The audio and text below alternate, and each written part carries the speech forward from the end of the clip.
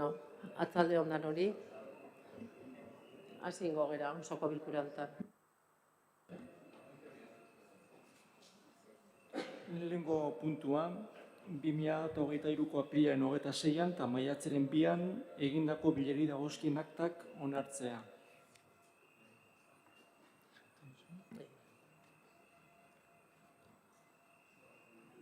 Orduan, aldeko botoak, aho batez. Bigarren puntua, Amabia Arriaga bat eremuaren UEU-biko 5 eta 6 lurzatien zerekapen azterlana behin betiko onartzea. Kontutan izan da saltzen diren aurrekariak, lurralde batzorde informatzaileak udalbatzarrari proposatzen dio ondoko akordioak harritzala. Lehenengoa, Amabia Arriaga bat eremuaren UEU-biko 5 eta 6 partzelen zehetasun azterketa behin betiko onartzea. Bigarrena, behin betiko onarpenari buruzko akordioa, Gipuzkoako aldizkari ofizialean argitaratzea eta interes denoi jakinaraztea legez ezarrita dagoen eran.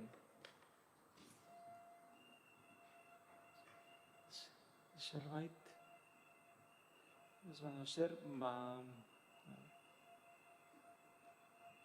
proposamenaren aldeko botoak, aho batez. Hirugarren puntua, Kalebarren plazako 1 eta 2 zenbakietan dauden Azoka plaza eta ondoko eraikina desafektatzeko espedientea behin betiko onartzea.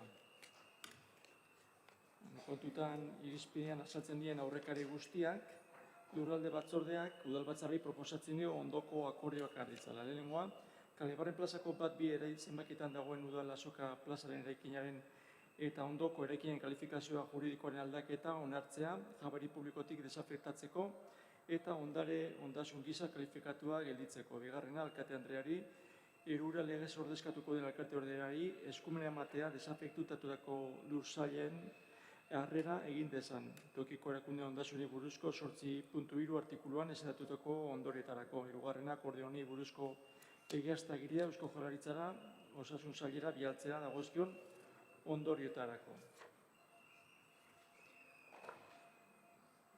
Batek zoz izateko beste batek zoz eukiko dago Aitziberrek ezik. Aitziber, zuria ditza.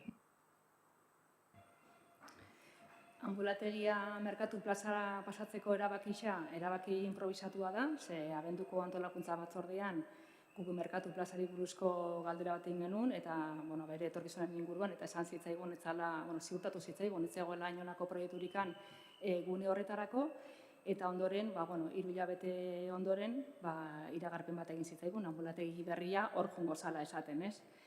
Hori izan zen martxoan 22an, eta egun bat geroago martxoak 23an, alkatetzaren ebazpen baten bidez, bai Azoka eta bai ondoko eraikina, jabego publikotikan desafektatzeko erabakia hartu zen.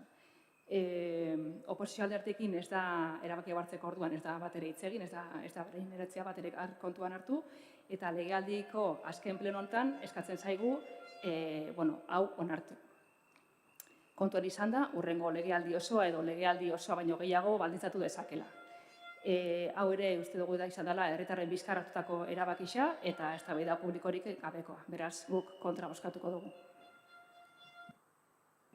Beste batek zoz izateko, Maialen zuria ditza. Guretzako gaurko plenoan pasatuko dugun puntu hau eta onartuko duguna oso garrantzitsua da, estrategikoa da Elgoibarrentzako. Uste dugu proiektu honek Elgoibar aurrera begira jartzen duala, baina ez bakarrik urrengo legealdizan, aurrera begira jartzen du urrengo gizarteak dauzkan erronkei aurritzeko, urrengo 40-50 urtetan, eta horretarako eraikin honen aldeko estrategia guria argisa da. Nik bai aipatu nahiko nukela, hau ez dela improvisazioa, eta atzo ere bai ez da bedeuki gendun, eta horretaz hitz egin gendun, baina ez gera elkarren entzuten edo hala ematen du. Guk oso argi dakagu, osasun sailak plan funtzional batzu dauzkala. Plan funtzional horiek ez dituzte politikari sekitzen. Erabakitzen da, herri bakoitza daukan tamaina eta kasuistikagatik zein motatako zerbitzuak eman behar ditun, eta horretarako zenolako azpiegiturak behar ditun.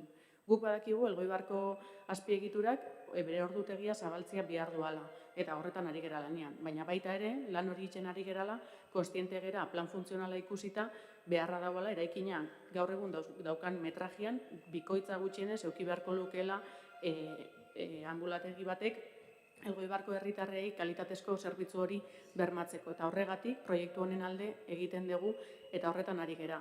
Ez dugu momentu baten ere ez improvisazioz, ez izkutuan egin, eta horregatik gaude gaur hemen. Desafektazioak bi fase dauzka, eta lehenengoa egin gendun alkatetzatik bai, baina bigarrena plenotik ekartzen dugu, horrela nahi dugulako, oso argi dakagulako proiektu onuragarri bat dela Elgoibarko herritarrentzat, eta horregatik ekartzen dugu gaurkoan plenora onartzeko.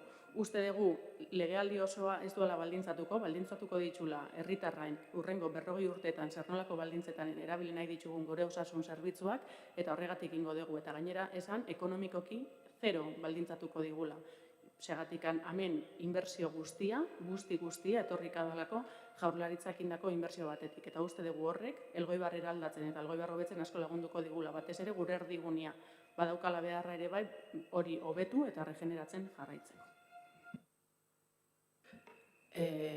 Motz-motzia, nahi behar, ja, mentan esan da data.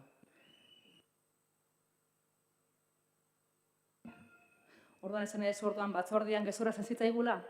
Ba, zegoen ja proiektu bat martxan eta gezurra esan zitzaigun, hori esan nahi duzu?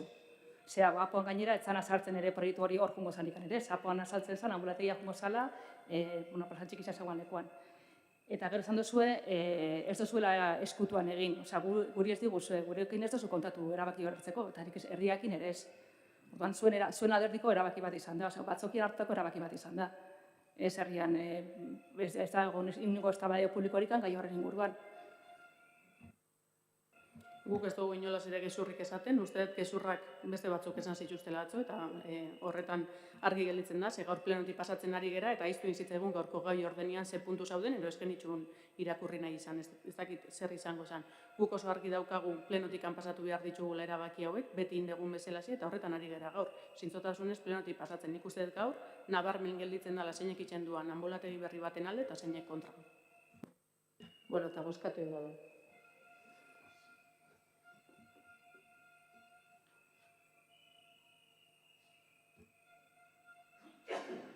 Orduan, proposamenaren aldeko botoak, kontra, abstentzioa, 9 alde, 7 kontra eta abstentzio bat.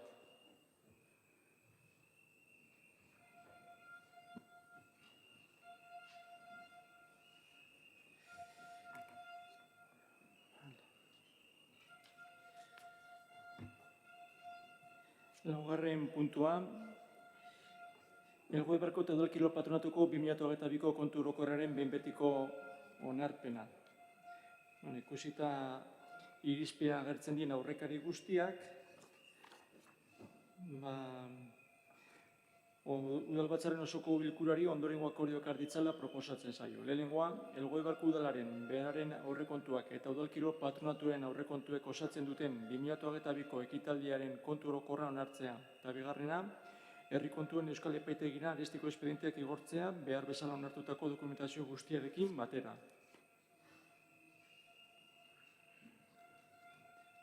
Norbaitek zerbait kontatzeko? Orduan, proposamenaren aldeko botoak. Aho batez. Bosgarren puntuan daukagu 2023ko aurrekontuarekin batera onartu zen konpromesuzko kredituaren aldaketa. Kasu honetan, batzordeak Udalbatzaren osoko bilkurari aurkeztu dio bidezko esan ezkero onar dezan konpromisuzko kredituen aldaketa hau kontzeptua, pilarreko obra, 2024 urtean 975.830 eurokoa eta kopuru berdina 2025erako eta guztira 1.931.661 eurokoa. Eta proposatzen dio ondorengo akordioak hartzea. Lehenengoa, 2023ko ekitaldirako aurrekontuarekin batera onartu ziren konpromesuzko kredituen aldaketa lehendabiziko onartzea eta 15 egunez jendeorrean jartzea reklamazio aurkeztu ahal izan daitezen. Era berean aditzera ematen da legaziorik egon ezean dokumentua behin betiko onartutzat hartuko dela. Bigarrena, 15 egunez jendeorrean jartzea interesdunek reklamazioak aurkeztu ahal izan ditzaten. Horretarako iragarkiak argitaratuko dira Gipuzkoako aldizkari ofizialean eta udaletxeko iragarki olean. Eta hirugarren erabaki hau, behin betikotza joko dira, reklamazioak aurkezten ez bada. Eta hori horrela bada, Gipuzkoako aldizkari ofizialean behin betiko onarpenari buruzko iragarkia argitaratuko da.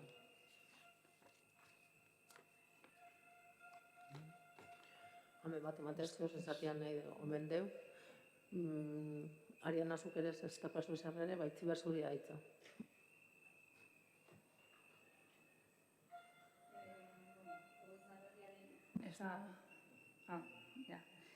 Egoitza berrian eraikuntza, bi enpresan, bai eraikuntza eta bai gestioa, bi enpresa desberdinen esku geltuko da.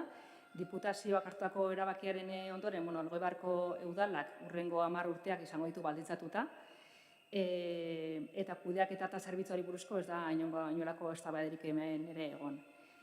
Pilarreko orubea Lagasanean Diputazioaren esku aurreko aldian hitz egin genuen, horri buruz hitz egin genuen, eta orduan ere bai izan genuen gu zerbitzu publikoa defendatzen ditugula eta jarraituko dugu defendatzen zerbitzu publikoak. Eta kreditu aldaketa honek dauka lotura zuzena kudeaketa eredu pribatu horrekin, beraz guk ere hemen kontra bozkatuko dugu. Bai, alen zeu zen edo zen? Bai, ez, guretzako beste proiektu estrategiko bat dela, legealdi bukaeran itxita utziko deguna, gainera proiektu honek jasotzen duan eta udalak aportazioa hau itzen duanean onura bat ekarriko diolako, ez bakarrik bertan emango da zerbitzuagatik, baita aparkalekuaren arazoari aurre egiteko balioko dualako. Udalak momentu honetan 2 milioi euro jarriko ditu, baina milioi bat bueltan etorriko zaio zerga eta tasen bitartez aldunditik. Beraz, uste dugu proiektu hon badala, ez bakarrik gizarte zerbitzuei begiratzen diena, baizik eta aparkaleko arazoari ere bai erdigunean irten bideen bengo dion proiektu bat dalako, gaur erabaki hon bat hartzen aikera. Eta bai gustatuko litzaidake gaur hartzen dugun erabaki honetan akordatzea Pilar ikastetxeko guraso elkarteak indako lana eta beraiek zertarako utzi zuten orube hori eta behingoz ikusten ari gara gizarte izaera horrekin erantzun bat emango diegula beraiek eukitako eskuzabaltasun horri.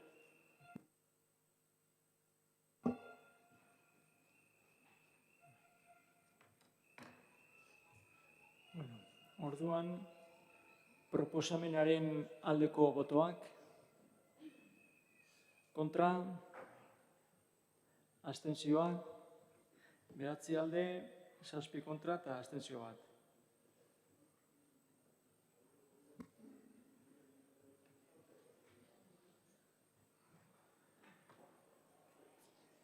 Seigarren puntua, Elgoibarko udalean euskararen erabilera normalizatzeko 7.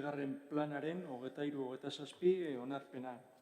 Aurrekaria kontutan izan da, herritartasun batzordeak osoko bilkurei proposatzen dio honako akordioak hartzea. Lehenengoa, Elgoibarko udalean euskararen erabilera normalizatzeko 7. plana onartzea. Bigarrena, osoko bilkurari Elgoibarko udalean euskararen erabilera normalizatzeko 7. plana onartzeko proposamena egitea, eta hirugarrena, osoko bilkuren akordio horren berri ematea, Eusko Jaurlaritzako hezkuntza politikarako sailburu ordetzari legez ezarrita dagoen eran.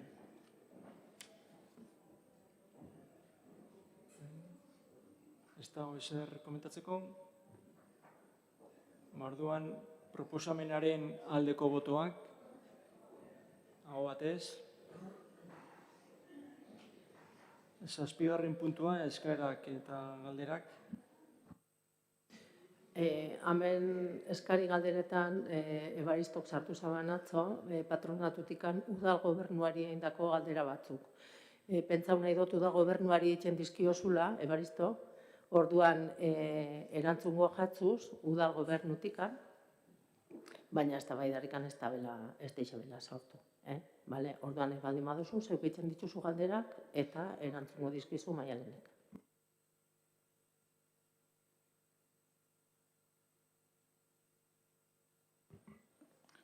Al Pleno del Ayuntamiento de Elgoibar, 24 de mayo del 2023. En el caso de los trabajadores del polideportivo, ¿es verdad que, tal y como dice la empresa, hay un acuerdo entre empresa y patronato y el equipo de gobierno para ofrecer únicamente los salarios de 2012?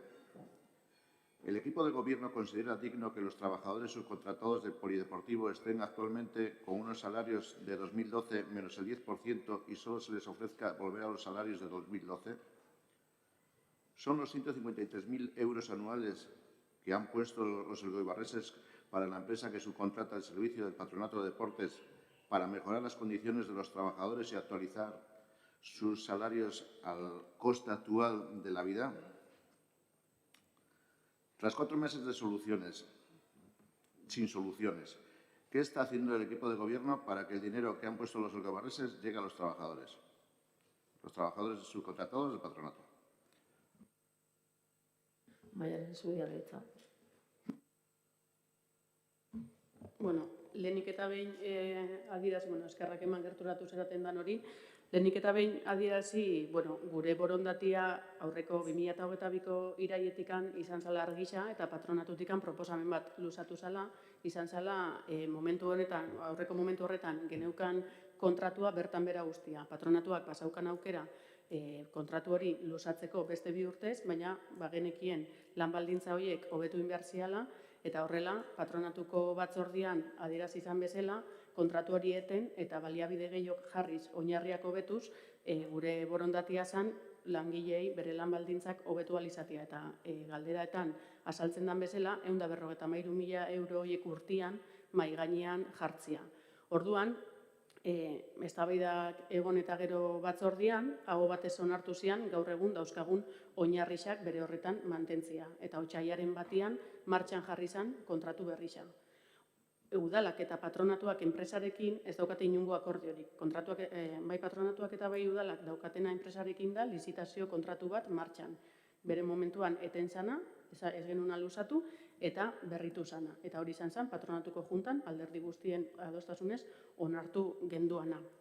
Orduan, oinarri horien artean, baliabidea jartzen zianean, bertan azaltze zana eta guk ulertzen dugun enpresak horrela hartu zuana zen, 2 konbenio aplikagarri zeudela, eta que el convenio de instalaciones deportivas de titularidad pública sería el convenio aplicable a los trabajadores. Eta hortikan etorriko ziala, hobekuntza batzuk. Eta horregatikan bai patronatuak eta udalak, esfortzu ekonomiko bat ingo genuala, hitzarmen hori aplikatzeko eta langileen lan baldintzak hobetzeko. Uste dugu, momentu honetan, mahai gainean dauden proposamenak badiala oinarri horietan jasotzen zianak, eta guk uste dugu bide horri heldu beharko zenioketela langile eta enpresaren arteko akordioak. Hemen akordioa langile eta enpresarena izan behar da, eta enpresak bete behar batzuk dauzka udalarekin sinatuaretako kontratuarekiko. Guk uste dugu, eta langileekin bildu nintzanean, horrela ere bai adierazi nuen, 153.000 euro horiek gaur egungo langileen proposamenean ez diala jasotzen nola aplikatu. Hitz egiten dela 2025ko urrengo kontratuari begira hobetzeko baldintza batzuetaz. Eta guk uste dugu, udal ordezkari bezala hori ez dela egokisa, eta uste dugu momentu honetan inbeharko zana zela akordio batera iritsi gaur egungo baldintza horiek hobetzeko, eta gainera, mahai gainean dago patronatuaren eta alkatetzaren ebazpen bat sinadura batekin, esaten duana 2025ean gaur egun sinatu dugun akordio berri honek baldintza horiek hobetuta, 2025ari begira ere bai, konpromeso hartzen dela, kontratu hori eten, eta dauan konbenio hobeago baten aldeko apustua egiteko. Eta guk uste dugu bide hori izan behar dela egin beharrekoa. Egisa da, momentu honetan ere bai, konbenio sektorial desente onartzen ari dela, eta guk bide horri heldu nahi diogu, uste dugu hor esperantza dagoela. Atzo bertan ikusten genduen notizietan, konbenio asko, sektorial asko hobetu diala, eta uste dugu hau horietako bat ere izan beharko litzatekela. Badakigu, sindikatuak eta enpresak borondate horrekin eserita daudela mahai baten, eta uste dugu gertu egon beharko litzatekela akordio bat. Eta bai izan da, udalak hartutako konpromeso bat, konbenio sektorial hori dauan momentuan aplikatuko dela, eta langileen baldintza horiek 2025ean berriro ere bai hobetuko diala. Beraz guk, lan gatazka honen aurrean esaten duguna da, baliabideak mahai gainean daudela, akordio batera iritsi beharko sinaketela bai enpresa eta bai langileak. Uste dugu enpresak bete behar batzu dauzkala eta udala hor egongo da bete behar horiek betetzen dituela bermatzeko, baina bai pentsatzen dugu badala momentua zuen artean adostasun batera iristeko, ze baliabideak mahai gainean jarrita daude gaur egun eta konpromiso hartuta dago eta sinatuta daukazue konpromiso hori 2025ean konbenio sektorial hori dauan momentuan hobetu egingo zaizuela baita ere, eta nik uste dut hor dagoela gure postura eta gure jarrera. Eta uste dut Aitziberrek ere bai beste galderen batzuk eitxean nahi zitzuela. Bai, nire neban galdetu, 2023ko maiatzak 18an atera zen Gipuzkoako aldizkari ofizialian, udalei zuzendutako diru laguntza eskaintza bat, 2030ko agenda horren barruan, ingurumen arlo horretan, diren beharrak eta proiektuak eta hori buruzko diru laguntzak lortzeko. Elgoibarren baditugu alor horretan behar eta gabezi ugari, eta aldiz udal honek ez du eskarirekin diru laguntza horiek jasotzeko. Aurretik ere bai, duela hilabete batzuk ere bai, batzordean aipatu genuen, zeudela beste diru laguntza batzuk eta eskaria egiteko eskatu genuen, baina esan zitzaigun ez zegoela beharrik eta beste batzuk eskatuko ziala. Kasu honetan, behineko genuke jakin aber zergatik ez den eskatu diru laguntza hau, eta nola beste batzorderik ez dugu izango, gustoko litzaiguke gaur erantzutea posible bada. Jasota gelditzen da galderia eta erantzungo dizugu, porque hasia bote pronto bastugu erantzungo. Orduan, jasota gelditzen da erantzuna. Beste galdera erregurikan badaukazue? Bien, orduan, hau azken plenua izango da hauteskundia baino lehena, gero ukiko ditugun plenuak beste erabatekoak izango dira, eta Kirol Patronatuko langileek eskatu da behitza, plenua bukatzean, balengoan entzuten moduan. Orduan, plenua zuen baimenakin bukatutzat emango dut, eta eureri pasatuko dietitza. Orduan, zuek esan plenua bukatzen danean. Eta bukatu da plenua, bale?